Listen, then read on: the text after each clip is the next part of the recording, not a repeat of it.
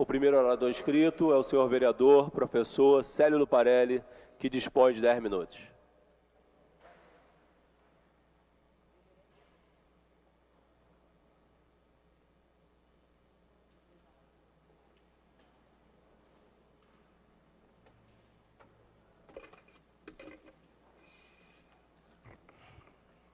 Senhor presidente, caros vereadores, senhoras e senhores, hoje eu vou tratar de um tema do qual eu não tenho um conhecimento específico. Vou falar, portanto, em cima da sensibilidade que vem me trazendo ao longo dos dias, ao longo dos meses, enfim. E vou apelar para aqueles que compõem a nossa Casa de Leis, esta Casa de Leis, que sejam conhecedores do tema, se puderem depois me orientar e orientar as autoridades públicas responsáveis por essa questão, que o façam. No sábado passado, precisamente dia 28 de março, eu tive a oportunidade de ser chamado pela comunidade onde moro. Eu moro no eixo entre Praça Seca, Valqueire e Campinho, ali no epicentro. Fui chamado pelos moradores da rua Verbenas, do Valqueire, para participar de uma passeata. Lá fui, por volta de 12 horas, nós caminhamos pelas ruas do Valqueire, todos nós portando flores brancas. Curiosamente, esse bairro é composto por ruas que levam nomes de flores, verbenas, margaridas, rosas e por aí. E caminhamos por essas ruas em protesto contra o que vem acontecendo naquele bairro, que é um bairro essencialmente residencial, que é o problema da alta criminalidade. Até uns anos atrás, o Valqueire não percebia isso. Quer dizer, a gente só tinha noção da criminalidade praticamente por meio da televisão, por meio dos jornais, por meio das emissoras de rádio. Mas hoje nós estamos sendo atingidos violentamente pelo processo. E o que chama atenção é que é um bairro, e aí eu apelo para as pessoas que entendem do processo, entendem da matéria, é um bairro essencialmente residencial, de classe média. Tudo bem, terminada a passeata, eu, à noite, liguei a televisão, por volta de 6h30, no SBT, na Rede Record, 18h30. E estava assistindo a um programa que me causou espécie. A reportagem, evidentemente editada, mostrava o seguinte: primeiro, o sujeito foi preso, algemado e carregado por 2 policiais. Naquelas vias estreitas entre as casas de, evidentemente, habitações mais pobres, o sujeito sem camisa, de short, algemado, repito, carregado pela polícia, repito, dizia para alguém que estava dentro de uma residência ao lado: olha, não tem problema não, o chefe está sabendo e vocês vão morrer. E repetia: vocês vão morrer. E repetia: vocês vão morrer. A reportagem era editada e, portanto, mais adiante a gente percebe a seguinte situação: os moradores, provavelmente, daquela residência que foi ameaçada, apareciam na reportagem apenas do abdômen para baixo. Uma senhora, um senhor e uma criança. E a senhora falava, a gente não via a face, é claro, falava assim: eu não tenho nada com isso. Enfim, apelando para a clemência, provavelmente, do chefe lá da região que estava supostamente já condenando aquelas famílias à morte.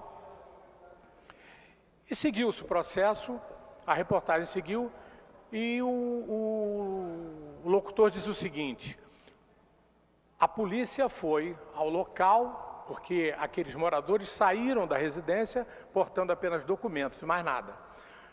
A polícia retornou ao local e retirou os pertences, provavelmente televisão, geladeira, coisas do tipo, daquela família que foi expulsa dessa forma que eu acabei de citar. Aí que me causou mais espécie ainda. A reportagem termina assim, eu vou falar palavras do repórter, talvez com algumas alterações. A família foi alojada na casa de um parente, numa área em que a facção é contrária à anterior. Eu fiquei, meu Deus do céu, onde é que nós estamos? Onde é que está o Estado? Quer dizer que a família, para poder ter proteção, saiu de um lugar onde estava ameaçada porque era de uma facção.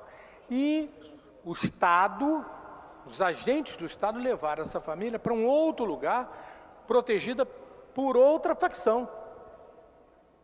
Mas o Estado não foi criado, qual é a essência do Estado? O Estado foi criado por um contrato social. E nesse contrato social, o ponto maior deste contrato foi exatamente a segurança.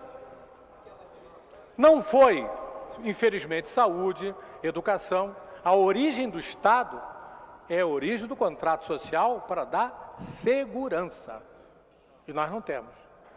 E aquilo me levou a uma depressão ao ponto de eu imaginar, se eu fosse o secretário de Segurança do Estado, naquele momento, ao assistir aquela reportagem, eu pediria o meu boné. Eu teria vergonha de me apresentar para a sociedade, porque eu estaria, como está esse aí, há mais de 8 anos, e o quadro não muda, meu Deus do céu. Isso apenas é um programa, quer dizer, um sistema que serve para esses programas televisivos conseguirem audiência, vários deles ao meio-dia, 1h, depois às 6h, 7h, e o que se faz, na verdade, com todos esses projetos e programas?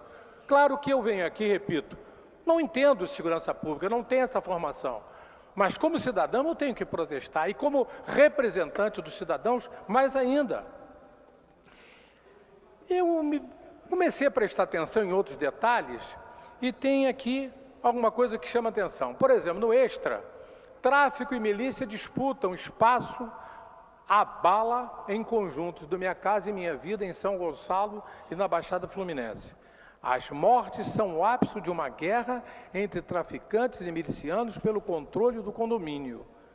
A presença dos dois grupos no conjunto é de conhecimento das autoridades. Em outra reportagem, CIEP no Alemão tem marcas de tiro em sala de aula e no muro. Os PMs da UPP vão se esconder no CIEP com medo do ataque dos caras, entre parênteses, bandidos. Que isso? Guerra de facções deixa 4 mortos em comunidade da UPP.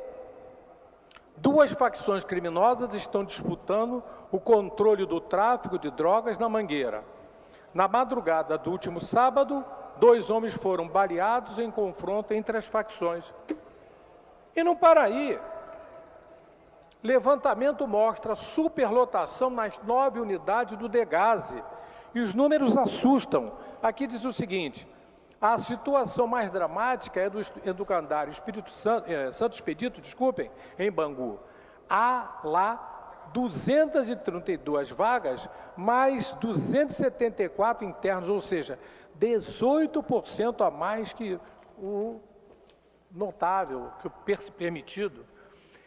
Meus amigos, o Estado está falido, porque o Estado, repito, foi criado por um contrato social para garantir segurança. E o Estado do Rio de Janeiro não garante segurança. As reclamações que eu recebo via internet vêm, por exemplo, como eu falei, Valqueire, Freguesia, outro bairro tipicamente residencial. A Praça Seca, que é um dos limites da área onde eu moro, é um estado de guerra. As autoridades têm que vir a público, tanto o secretário de Segurança Pública como o governador, e tomar uma das 2 atitudes. Ou, finalmente, assumir que não tem competência, ou se demitir. Muito obrigado, senhor presidente.